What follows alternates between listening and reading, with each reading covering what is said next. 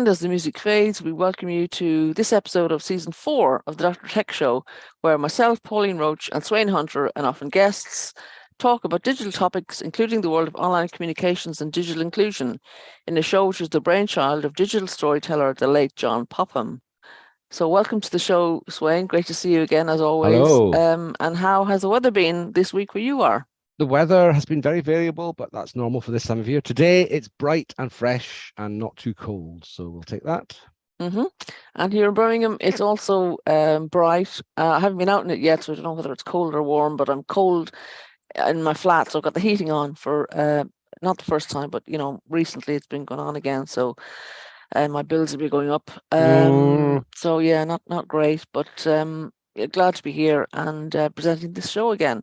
Yes. So today we have a date. What's the date we're commemorating this year? This week, Sweyn. We have one date. On Thursday will be the 3rd anniversary of the death of our founder here at Dr. Tech Show, John Popham, and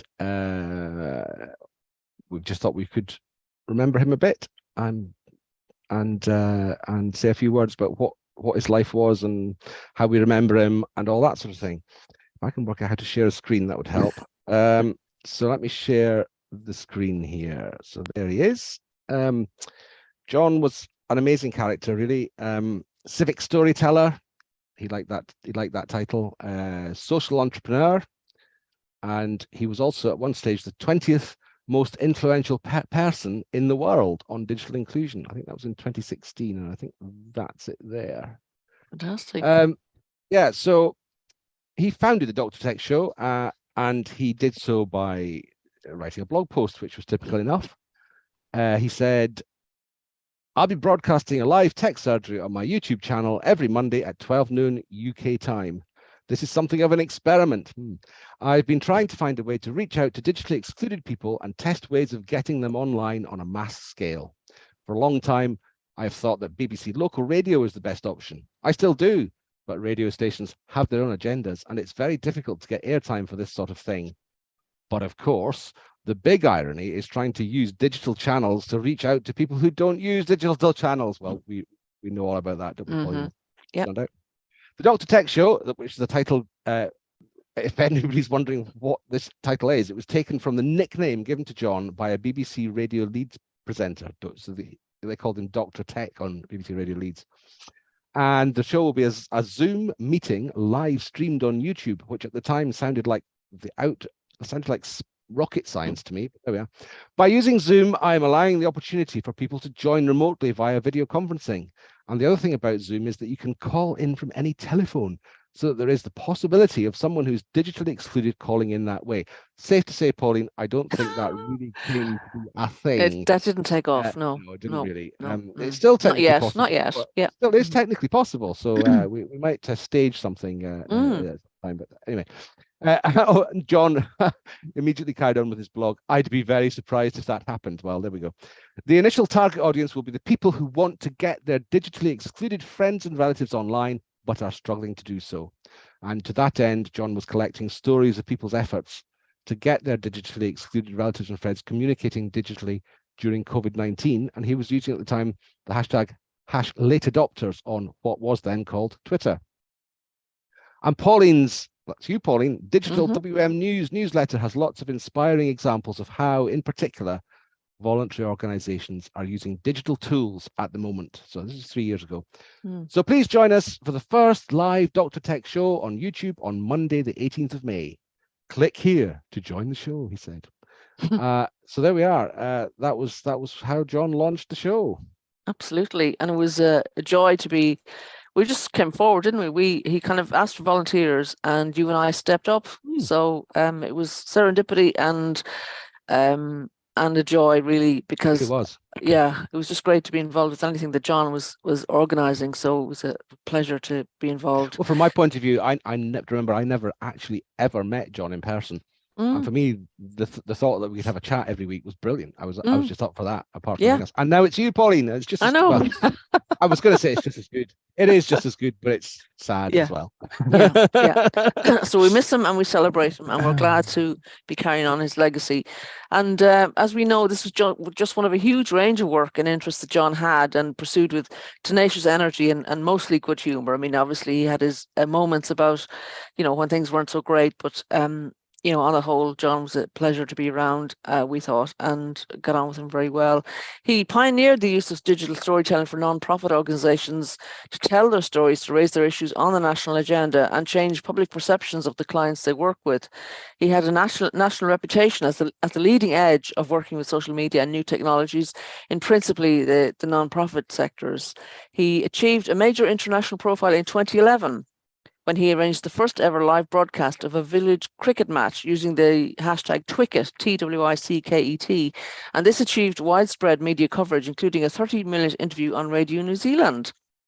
In 2014, John was voted second in both 24 Housing Magazine's list of UK housing digital power players and The Guardian's list of best tweeters on digital inclusion. He works with a large number of organizations to help clients tell their stories, help clinicians and other professionals understand the need for storytelling, and to raise the digital skills of staff. He works with patients groups both to increase their levels of digital skills and to help them tell the world what it's like living with their conditions and document their treatment regimes. He was recognized as a leading practitioner in working with older people to break down their resistance to new technologies and to help them use digital tools to improve their health and well-being. Before he died, John was developing an initiative to encourage people living with long-term health conditions to keep video diaries. On screen now, Sweyn is sharing Twicket from Wikipedia, I believe. Is that right, That's right, Sweyn? yes. Yeah. Yes. So a picture of John and talking to somebody. Talking to the umpire. He's okay. interviewing the umpire, John Marshall. I don't know who John Marshall is. Excellent. John ran the Edge Camp, the first unconference for people working with older adults, and the campaign for free Wi-Fi for hospital patients for more than 10 years. He practiced what he preached, and he used social media and digital tools in his daily life to document his work and the other aspects of his life, more notably, I suppose, his cancer diary towards the end. In John's last blog post from 15th of September 2020, he entitled, "I continue to seek out positivity." It ended like this. "But I'm not done here. I want, with my family's help, to build a legacy which is based on my passionate commitment to using new technologies to promote equality of opportunity. If you can help, please email me." And obviously, that didn't come to pass. We aren't in touch still with John's family. Send greetings to Portia and the rest of the family today. And if people do want to contact the family about John's legacy, then we're very happy to facilitate that contact.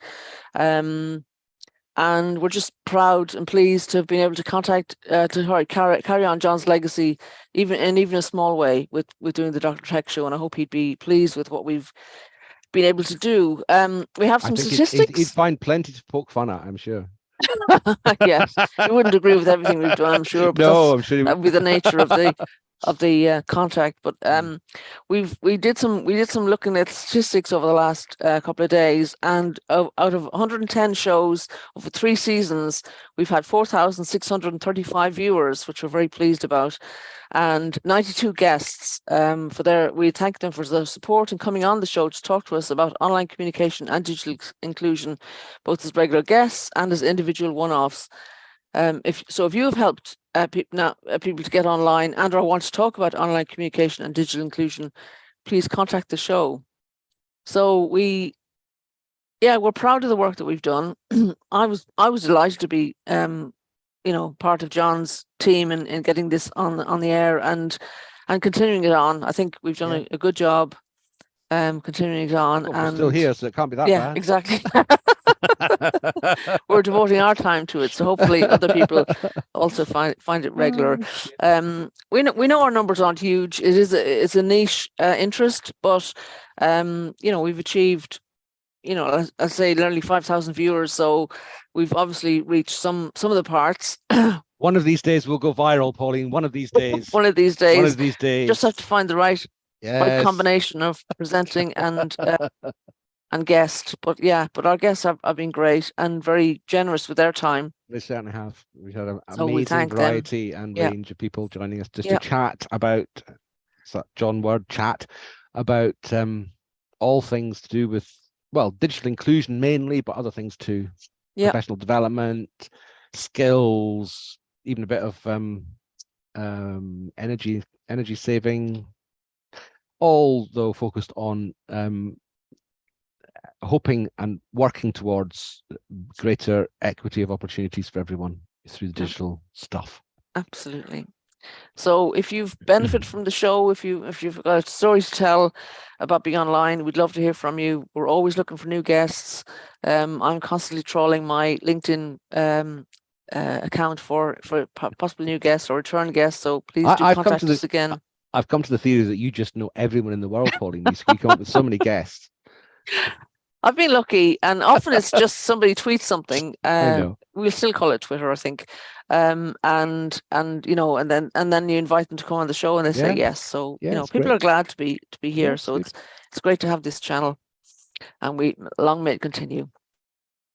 Okay, we have a few dates and stories for events and stuff to present, so we will carry on, and hopefully this will be of interest to more than one person, more than just ourselves. Okay, and the first one is actually today, an event on today, later today, from a kind of an entity called Dias Talks, and the title is Why Finland is #1 in Digitalization and Digital Skills, and the link is on Eventbrite if anybody wants to check it out and book a space.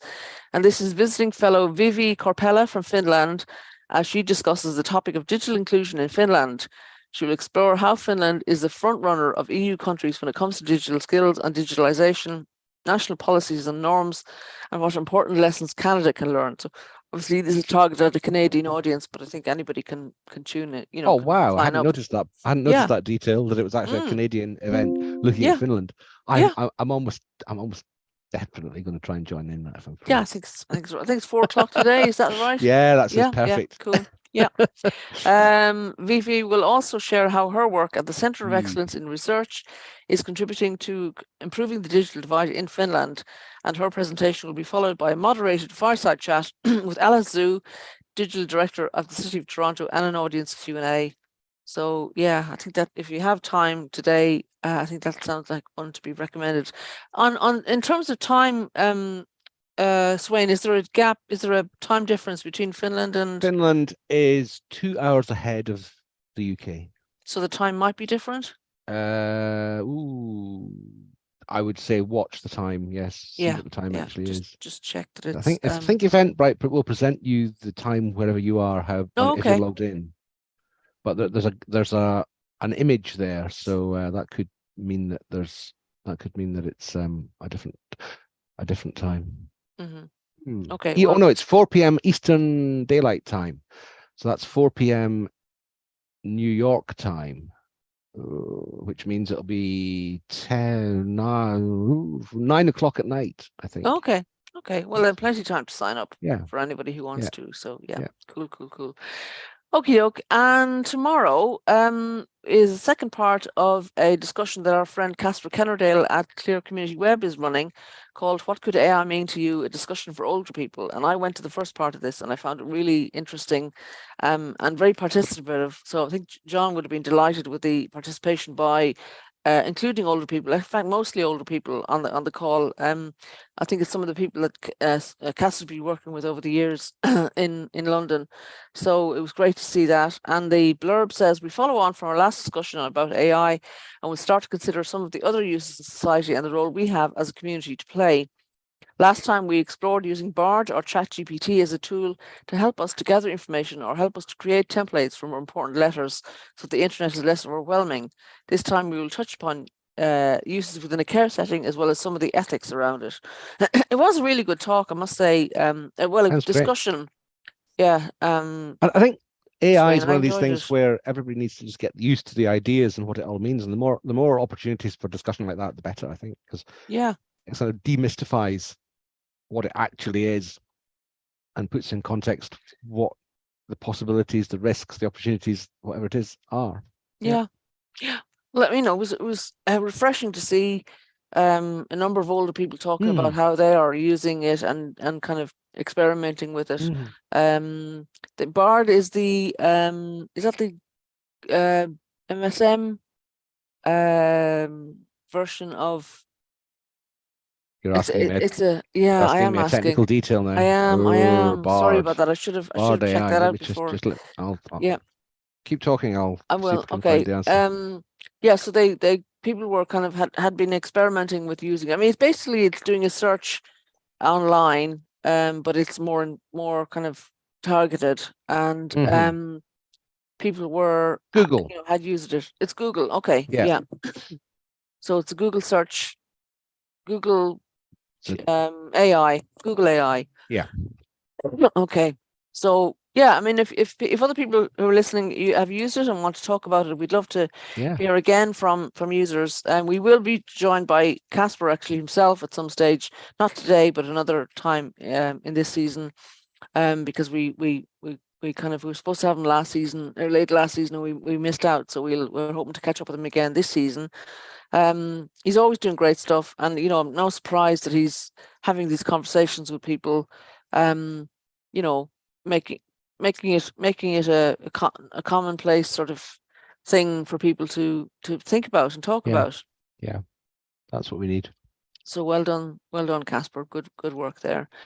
And another event this week is on Thursday, the 28th September, is the Real Cost of Broadband Online, a presentation from Promising Trouble, Rachel Collicott and Anna Dent, and they're being joined by Grace Wilde, the research manager at the Trussell Trust. And this is the blurb says, as the UK cost of living crisis continues and the evidence mounts that poorer households are being hardest hit by price rises and limited incomes, the status of home broadband as an essential household spend is under-recognised. Reliable, affordable access to the internet at home is the key to unlocking so many other aspects of life, from health to education, shopping to socializing, and finding ways to cope with the crisis, such as accessing cheaper deals on goods and services. Spending patterns show that despite not being recognised officially as a utility, along with gas, electricity, water, and telephones, low-income households treat home broadband as an essential spend, not a nice-to-have luxury. Digital exclusion and data poverty are about more than digital skills and access to devices, which, while critically important, centre the individual as a site of exclusion. Efforts to tackle digital exclusion and data poverty also need to consider how the broadband market works. So you're invited to join Promising Trouble's Rachel Caldecott and Anna Dent as they talk through our broadband affordability modelling and report in this webinar. They have a full fact sheet report and modelling, which we'll include in the YouTube notes to this show. And as I say, they're being joined by Grace Wilde, research manager at the Trussell Trust, to share insights on digital isolation and the relationship to social isolation and food bank use, and why they are calling for an essentials guarantee.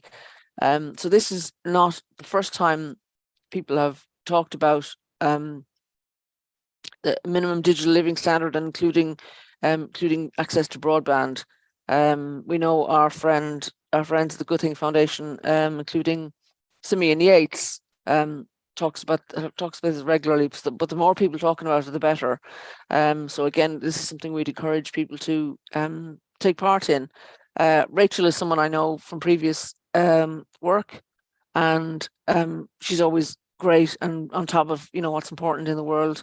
And Grace Wilde I've also met previously, so can highly recommend that. I think all local authorities and similar bodies are now providing advice about how to afford utility bills. It would be great if they all added this on to that part of what they're doing. Some do and some don't at the moment, but it really is. I mean, all this digital inclusion stuff that we keep going on about. It's another way of putting it is that digital inclusion needs to be looked at a bit like a utility, as a kind of thing that everyone is connected to and can afford and can get on with. And just like there are ways in which we can help people who are less well off for a period or for a long time, even, just like we can help them out with utility bills, electricity, gas. So broadband should, and digital more widely, should also be the same. Absolutely. So please do attend that and let us know what you thought. Yeah, the more we talk about it, the better. So it's to be encouraged.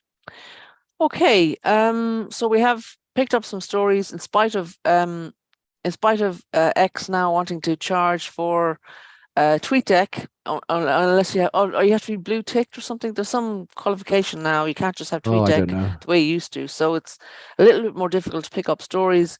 But it hasn't deterred us. In fact, maybe it's made us more determined to pick up good stories. I'll tell you what it's done for me. It's made me look at LinkedIn more for a source of stories, because there's a lot of good stuff there. I think more and more people have kind of transferred over to LinkedIn. I know Dan Slee, who advises public sector comms people, he's very keen that people think about not doing too much on Twitter anymore because of various issues, but B, to use LinkedIn as an alternative. So I don't know. I'd certainly agree with that, and I've always been keen to use both of them. So I'm also a keen LinkedIn person, and delighted that others are also encouraging that too. So the first story is one that you found, Sweyn, on Edinburgh Council calling for device donations. Yes, it was a LinkedIn post, in fact, sure enough, as we've just been speaking about, by Helen Olson Bedford. And it's a story about the city of Edinburgh. I mean, it's not an earth-shattering story. It's just an example of things, a sort of thing that will be going on all over the place. The City of Edinburgh Council has partnered with social enterprise Edinburgh Remakery, and I like that, Remakery, to encourage local people to donate unwanted digital devices for reuse by people in digital poverty. And they've set up collection centres across the city, and they're wanting phones, tablets, cameras and chargers so that they can be refurbished and repaired and passed on. And so far, the social enterprise has helped more than 400 people through their tech gifting program, which is also about reducing electronic waste.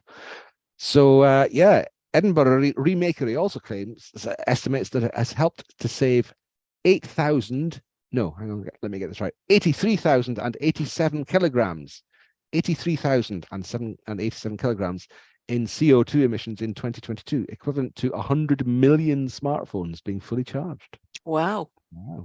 Fantastic. How many swimming pools? Or I wonder how many swimming pools that is, or how many whales. Yeah, I mean, the number in the story says that 24 million smartphones are kept as spares. I mean, yes, it's just unbelievable. Yes, I have to admit that I'm guilty of this. I do actually use two phones in the course of my work, but I do have a third or fourth phone as a spare, and goodness only knows why. Yeah. Well, I know from the work I'm doing in the community in Birmingham that smartphones, in fact, can be as useful or even more useful to some communities. Yes. Because of particular needs, like particular needs. I won't go into it anymore, but absolutely. And so if people do have smartphones that they don't need anymore, please do find the donation program. I mean, one of them would be the National Device Program with the Good Things Foundation. Other programs are available. In Birmingham has the Birmingham Device Bank. If you don't know what to do with them and you really can't find somewhere to give it to, please contact us on the show, and we will find somewhere for them to go, because we know the demand is there. So yeah, please don't just think that they're not useful to somebody else, because they are. And we know that a lot of people are doing decluttering, and if you want to declutter your tech drawer, then please do think about donating your unwanted devices. Only one drawer. Have you only got one tech drawer? Well, basket. Mine's a basket actually, but only one. I'm sure you have others, Sweyn. I'm not going there. I'm not moving on. The next story we have is a story from financial whiz kid and activist Martin Lewis, who has his own TV program, and he's come up with an interesting take on what happens when you try to pay people by bank transfer. And I'm sure everyone's noticed that recently, when you put the name of the person you want to pay and the bank in, sometimes you get a message saying, yes, this person exists. There is a person with this bank account. So that's called confirmation of payee, COP, confirmation of payee. And Martin says this has been a big positive move, giving people more confidence that they've put the right account number and sort code in their message. Scary messages work if the payee doesn't match. Yes. I can't read. Yet when people try to pay an account and the whole bank doesn't do confirmation of payee, which is common when moving savings, instead of the overly scary, we don't recognize this account type message, just a straightforward, the bank you're paying does not have this technology, so we can't confirm if it's right. Therefore, it's very important that you continue to double check before continuing. And what his point is there is the whole bank that you're trying to make the payment to doesn't do confirmation of payee. Then you just get a very bland sort of message that you might just carry on past. And he's suggesting an alternative for banks that would make it more useful to everyone, whether their own bank does the facility or not. I think I've garbled that story somewhat, so maybe we should just move on again. No, I think it's good to just say to all tech firms, check your messaging. Yeah, absolutely. If you're trying to get a message out to the general public, the national reading age is 9. Yep. Don't confuse people by unnecessary messages that aren't clear. Yeah. So say to people, we don't have this technology yet. Just please be careful.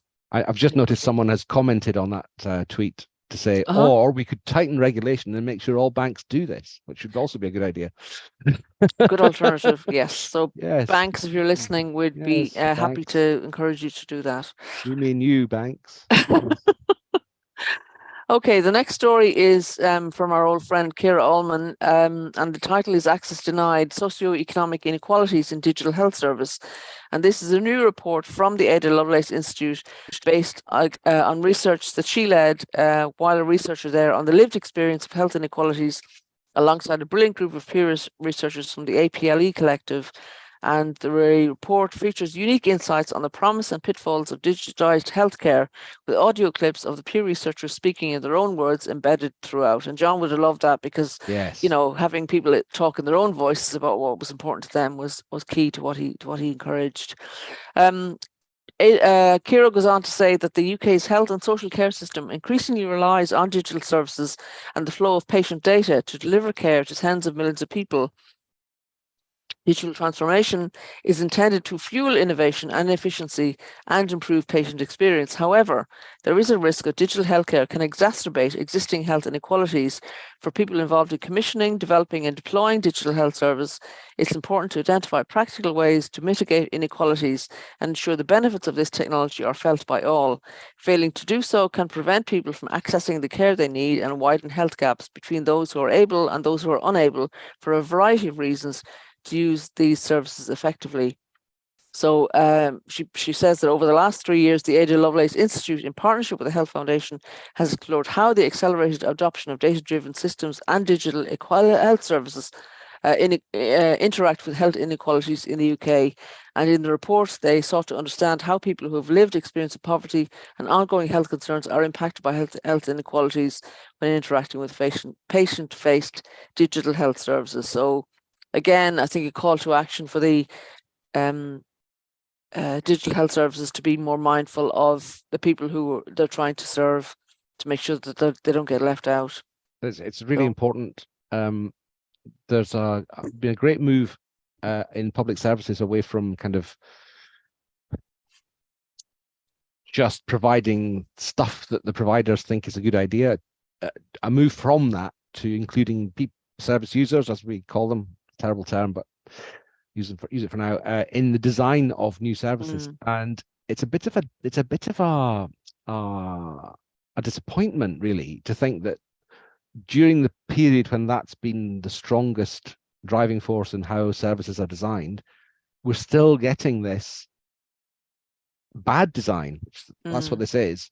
If the digital services are exacerbating or even improving health inequalities, then they're not designed properly, by definition almost.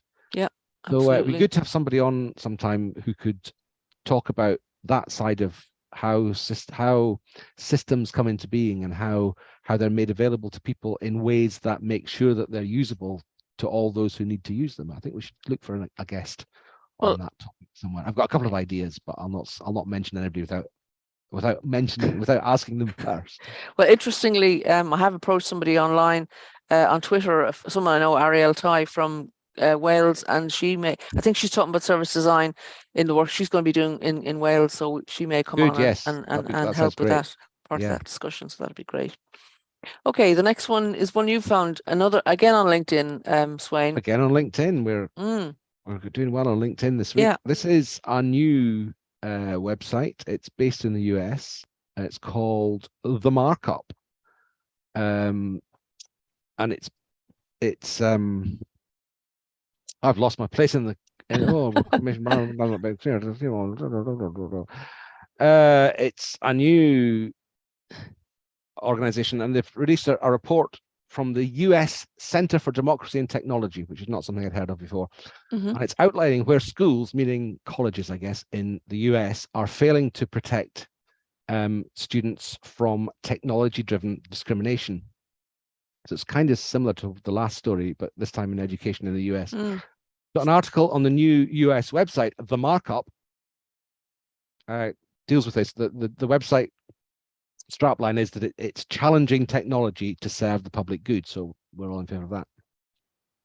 In this investigation, the Center for Democracy and Technology, CDT, found that the US state of Wisconsin uses a computer model to predict how likely middle school students are to graduate from high school on time. And the whole point of that is to figure out where to focus resources on supporting people. And they use past data about individual students, their schools, districts, etc., etc. And in Wisconsin, the system tends to be used by high schools considering how to serve incoming new students. They call them freshmen.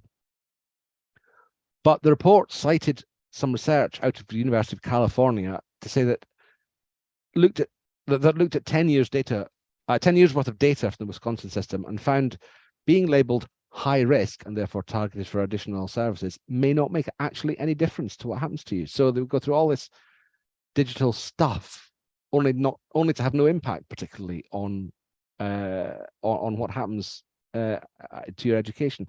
So the Wisconsin system ostensibly used race as part of this to help prevent dropouts, and although that sounds like a compelling government interest, but not if it didn't work. And the UC Berkeley researchers looked at students just above and below the cutoff for being labeled high risk and expected to see that students labeled high risk got relatively more services and support and therefore graduated at relatively higher rates. But they didn't find that. The high risk label may not have helped students at all, and the researchers couldn't rule out a 0% increase in graduation rates as a result of the label. So it's just an example of poorly thought through, poorly designed digital intervention, but this time using the education sector in the US as an example. Wow. So that's, I mean, the great story and great website, the Markup, which they say is challenging technology to serve the public good. And I met Julia Angwin in Lisbon when I went to the Web Summit several years ago. When the Markup was just being discussed. She isn't there anymore, but I mean, she had a great vision for how it should be, and it sounds like it's coming to pass. So yeah, I mean that, and again, a great story about education and use of not technology. So it's good to see people monitoring, what's happening and how data is being used. So we want to encourage that and kind of hear more stories about that sort of thing. Yep. Okay, the next one is the Charity Commission in the UK has brought out new social media guidance, and our friend Zoe Amar has published a blog post about it, which is great because it's great to get the guidance, but it's even better to get commentary from informed sources about what they think about it. So the Charity Commission launched their draft social media guidance for charities in January this year, and there were concerns about the guidance from many organisations, and NCVO convened a sector response to the consultation. And at that time, Zoe and her colleagues drafted blogged about their views on the draft guidance because they were worried about how it would affect charities. So the updated guidance was published earlier this week, which was last week, I think. And there'll be a link in our link to the guidance that was published in Zoe's blog. But in this blog, she's sharing her thoughts on the guidance and making suggestions about implementation.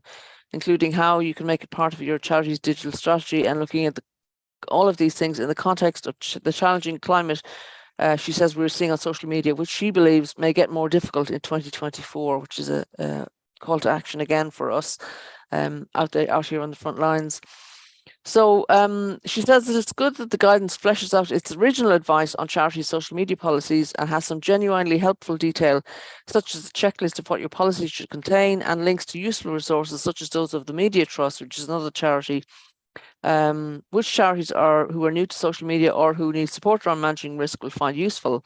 And parts of the new guidance are good old common sense. For example, the trustees, staff and volunteers should all be familiar with their charity's social media guidelines.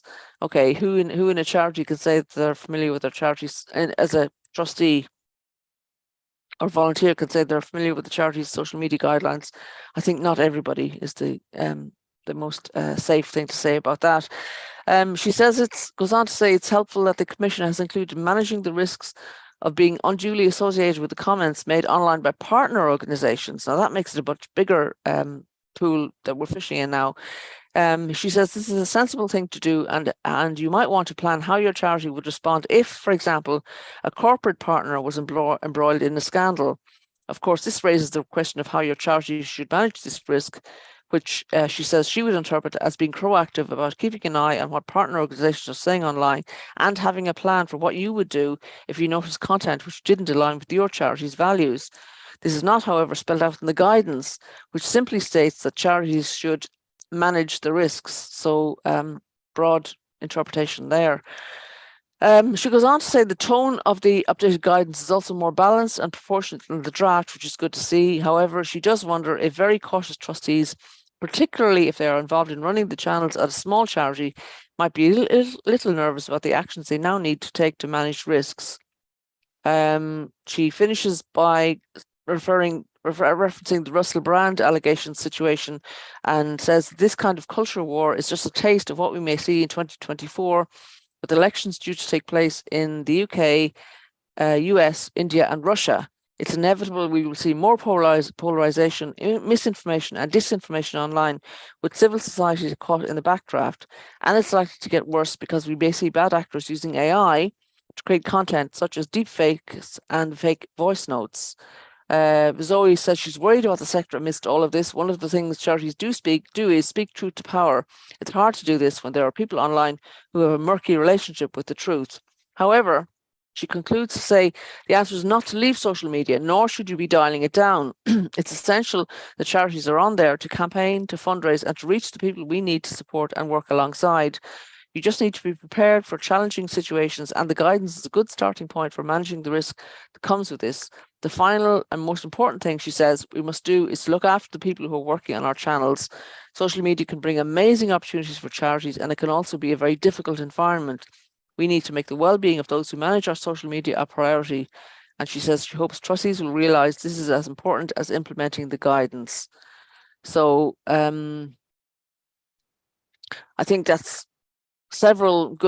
lots of good points actually made in that. And I know again you referred to our friend Dan Slee, who works in the public sector mostly earlier on. I know that he and his colleagues in the Headspace group on Facebook do express concern regularly about the mental health and the welfare of people operating on social media. Yeah, yes, exactly. Absolutely. Yeah. So it's good to know they're looking after each other. Yeah. And we want to do the same in the voluntary sector. I was just thinking, if I know the social media guidelines, if any, of all the charities that I'm involved with, I'm not a trustee, but I'm a volunteer, and in some of them I do occasionally post, even on behalf of the organisation. Yeah. Do I know what their guidelines are? I don't think I do. I suppose I better find out. Yeah, I think we all should look to that, and I'll be encouraging people I work with to do that as well. But also looking at your partners, any partnerships you're in, looking at their work. There was a good example of how partners can impact on a charity operation. The Edinburgh Book Festival this year, they had booked Greta Thunberg to do a talk because she had a book out. But when she found out that one of their main sponsors was an investment firm which she claimed, and they denied, had strong focus on investing in oil and gas. She pulled out, saying she wasn't prepared to take part in this event if that's where the sponsorship was coming from. So that wasn't Edinburgh, wasn't the book festival doing anything in particular. It was something that was affecting one of their partners, corporate partner, but which did come back to have, there was a big debate then involving other people taking part in the festival, and who knows what the resolution to that will be. But the point is, it would be very hard to see that coming, I think, until it happens. And I think it's good that kind of issue is flagged up in this guidance, so those who do read it and take it to heart can actually be prepared. Yeah, absolutely. And this is where it brings me back to an old Twitter X feature, which was lists. I always have lists of the organizations that I'm interested in to kind of keep an eye on what they're doing. List's gone. More. Oh no, lists are still there, but people haven't talked about them or used them, I think, as much recently. Yeah. I certainly haven't heard discussion about them. So if you're not using them, lists, and investigate to see if they're worthwhile. If your partners are still publishing on X, of course, as well, because some people are pulling out of it, but that's a debate for another day. To keep an eye on so it's not always easy to keep an eye on them, because you have your own work to do, and then if you're supposed to monitor, if you're looking at your partners monitoring what they're doing as well, it's an extra burden, which all adds to the burden for social media colleagues. So comms colleagues. So we do sympathise with them, but we know it's the good fight. So please do keep fighting the good fight, and we hope if you want to come on here and talk about it, we'd be delighted to hear about how it's going, good or bad. So the next one is maybe seem a little counterintuitive, but we have regularly talked on the show about people not being online and not being forced to be online if they don't want to be online. So this is a story linked to that situation, where Age UK is leading a campaign to stop online being the only option. They've got a petition on their website, which we will provide a link to in the show notes. And the point is clear, and not something we disagree with at all. Everyone should have fair and equal access to services. But they're saying if you aren't online, it's becoming impossible to do basic things like booking a medical appointment, applying for a blue badge, or paying for parking. They point out that 6 million older people either don't have the internet or can't use it, that's in the UK, can't use it successfully and safely, and many more just want to use post, phone, or face-to-face sometimes, especially for sensitive issues. Why are they being overlooked? It's discrimination. So again, a story that we, it's not contradictory to what we do. It just seems counterintuitive, but when we're trying to encourage people to be online and use online more, but it's actually having sensitivity about people who aren't online and not being discriminated against because of that reason. So I think an important part of digital services is to change things so that your staff have this time and the space to help people who can't use the digital services. And that's really, again, it comes down to being designed into the service that you're producing. Yes, a lot of people will wish to help themselves and do it at times when possibly your offices aren't open, and all of these usual arguments for digitalization. And yes, the transaction costs tend to be a bit less, or a lot less than if somebody phones you up or arrives in your office. But it ought to be possible to design a digital service so that you get kind of 80-20 or even 90-10 type arguments, that 90% of people might be able to carry on and use the new service, but you've got to help the last 10%, and hopefully the services that you've improved by going digital, as it were, hopefully the whole process of that can improve things for that 10% too. It shouldn't be that they are left behind with a service that's as bad or even worse than the service that you're replacing with a digital one. And we keep going on about that, and I guess we will keep. Absolutely. And if anyone from Age UK wants to come on and talk about this, you're more than welcome. We certainly wouldn't disagree at all with your viewpoint, and if we can improve things, to make it easier for people to be online, great. And if we can improve services so that people don't have to be online if they don't want to be, that's good too. I mean, that links into the stories about closing ticket offices in train stations as well that we've talked about previously. So yeah, we support you and we hope you succeed. Okay, we've got a few more stories before we close. I think these are more international stories, but that's fine because we often cover stories from other parts of the world as a complement or contrast to what's happening in the UK. So this is a very recent story. The headline is very local. Buncombe County woman testifies before Congress, advocates for continued rural broadband funding. So if our friend Chris Condor is listening, I'm sure she'll have sympathy with this as well. And this is a story from Washington, D.C. A Buncombe County woman testified before Congress to advocate for continued rural broadband funding.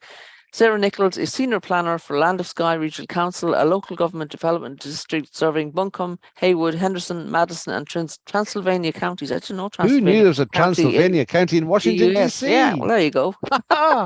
We learn something new every day.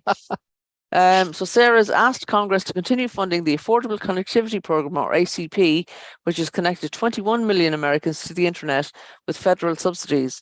It offers government assistance to low-income families for internet service, and it's projected to run out of funds in 2024. Sarah says, I urge you to continue to invest in broadband, ACP and digital equity because the work is not over, it needs to evolve. By making these investments, you are showing communities like mine that our futures, our children, our safety and our quality of life is worth investing in. And according to the FCC, 8.3 million households lack access to high-speed broadband. Do you think that's 8.3 million in just one state in the US or across the whole of the US, Sweyn? I think that's going to be across the whole US because... Okay. Well, 300 million people in the US or 200 million? Oh, I suppose so. Yeah, so that's comparatively. So, yeah. So that's a few percent. Yes, indeed. Of households. FCC is a federal body, so that's probably talking about the whole of the US. Yes, good point. Yeah. So, like the UK, several million households lacking access to high-speed broadband, and local planners on local public sector planners are appealing to ask to continue funding the connectivity program because it's already helped so many people, and recognizing that being online does help people. So we'll watch that one and see how it goes. But we'll be sending over some spades, like with Chris, to dig some trenches and get people to install. Sponsor a shovel. Yes. Yeah, absolutely. I think we're on to our. No, we got two more stories. Two more stories. Okay. Yes. So the next one is I think I spotted this one on Twitter with the digital inclusion hashtag, and this is titled "Using the Mobile Connectivity Index to Drive Digital Inclusion." So this is a story about globally digital inclusion, and the story leads off saying a data-led approach to policymaking is key to successfully expanding digital inclusion. The GSMA's Mobile Connectivity Index provides governments with the data required to make informed, evidence-driven policy decisions that can impact digital inclusion. The MCI is a publicly available online tool that measures and tracks the performance of key enablers to mobile connectivity in 170 countries. By presenting a comprehensive overview of the connectivity landscape in a country, the MCI highlights areas where there are the greatest opportunities for targeted policy interventions. It was recently updated with the latest data from 2022, revealing that both network coverage and mobile data affordability improved on average worldwide since 2021. To categorize country performance, the MCI places countries into clusters based on the overall index scores from lowest score to highest. So they start with Discoverer, go on to Emerging, Transitioner, Advanced, and Leader. And they have a graph on the original post showing the countries with the top performance in each cluster in the 2022 data. If you go scroll down a bit more, Sweyn, I think it's a bar chart underneath that. There we go. So in the 2022 data, several countries moved up a cluster after improving their overall index scores since 2021. For example, Nepal's overall index score improved by 5 points since 2021, largely driven by improvements in mobile data affordability, network coverage, and gender equality. The MCI shows that in 2022, there was no gender gap in mobile ownership in Nepal, meaning that women in Nepal were just as likely to own mobile devices as men in the country. So I thought that was fascinating. Yeah. Looking at the different countries, the UK and others are not included, but I presume that's because they're kind of further to the right of the. I suspect because Singapore is there. I suspect that. Well, this graph is highest scores by cluster. So clusters, yes. Okay. The right-hand side has Denmark, Switzerland, and Singapore, but there'll be other leaders in that cluster which aren't shown. Of course, yeah. So I would guess that the UK is either a leader or an advanced. Yeah. And then the other three categories are transitioners, which the top transitioners are Dominican Republic, Jordan, and Trinidad and Tobago. Emerging, Cote d'Ivoire, Eswatini, and Iraq, and discoverers, these are very euphemistic terms, aren't they? Would be Gambia, Malawi, and Mozambique. So those are the categories, but we're only seeing the top three in each category here. Yeah. So I think it's interesting to look at the global picture. Absolutely. Yeah. So but the fact that they will provide governments with data required to improve, impact digital inclusion is the key thing here. So, we will be sharing that obviously with other people, and hoping them to use that. Okie doke. So we're on to our last story here, and this again is something I spotted on Twitter. And this is back to the UK, the city fibre partnerships boosting fibre network in uncharted realms. So that sounds very exotic. That sounds, well, let's see what this is really about. Yes. Yeah, the UK-based network provider City Fibre has announced its collaboration with 4 civil engineering firms to initiate fibre network infrastructure projects in challenging locations, made possible through government funding won earlier this year. Partnerships with Grainmore Group, OCU Group, CCN Communications and Telelink have been established to expedite fibre infrastructure work in Cambridgeshire, Hampshire, Norfolk and Suffolk. And Cambridgeshire has been identified as the first location for the network rollout in October. The story says what's worth noting is City Fibre won this location during the first phase of the government's Project Gigabit, which we have talked about on this show previously, where it received £69 million in funding for a coverage target of 45,000 premises. Later in July, awards for the remaining 3 counties were declared, with a collective funding of 318 million, aiming to extend fibre network coverage to approximately 218,000 homes and businesses. In addition to the government's 387 million, City Fibre will also make a considerable input of 223 million from its internal funds, taking the total investment to a significant 610 million pounds. The anticipation is palpable. Interesting numbers there, because 318 million for 218 homes is about 280,000 homes is about £1,500 a connection. Which is quite a lot. Well, that's good. The story says the anticipation is palpable. Greg Mesh, City Fibre's chief executive, shared his enthusiasm about introducing advanced and reliable broadband connectivity to rural homes and businesses. He acknowledged the impending obsolescence of obsolescence, that word? Good word. Great word. Existing copper networks, and believes the new network will benefit all internet service providers through improved service offerings. So, yeah.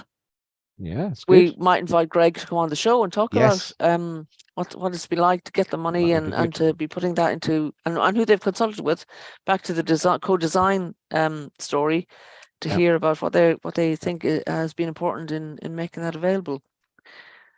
Okay, so we've come to the end of our stories for today, and we're a few minutes early finishing, but that's okay. We can afford that. We often overrun, so we can underrun for a change. We can underrun, yes, we can underrun, no problem at all. So we want to say again how delighted we are to have been carrying on the legacy of John Popham, how we miss him. We wish he was here to talk about all these stories and get his view on what's happening in the world. And it's a interesting to think what he might have been doing now. What difference he would have made, because we know that he would have been in his element during COVID, kind of bringing people online, helping tell people's stories. And we hope that we can carry on that, and until we're not needed anymore, until everyone is digitally included, but at whatever level they want to be. So thanks again to everybody who listens to us. Thanks to John for establishing us and getting us on the road in the first case. We hope you have a great week, and we'll see you again in 2 weeks' time. We're not on next week, so we'll see you in 2 weeks' time. Okay, thanks everybody. Thank Have you. a great week. Bye. Bye.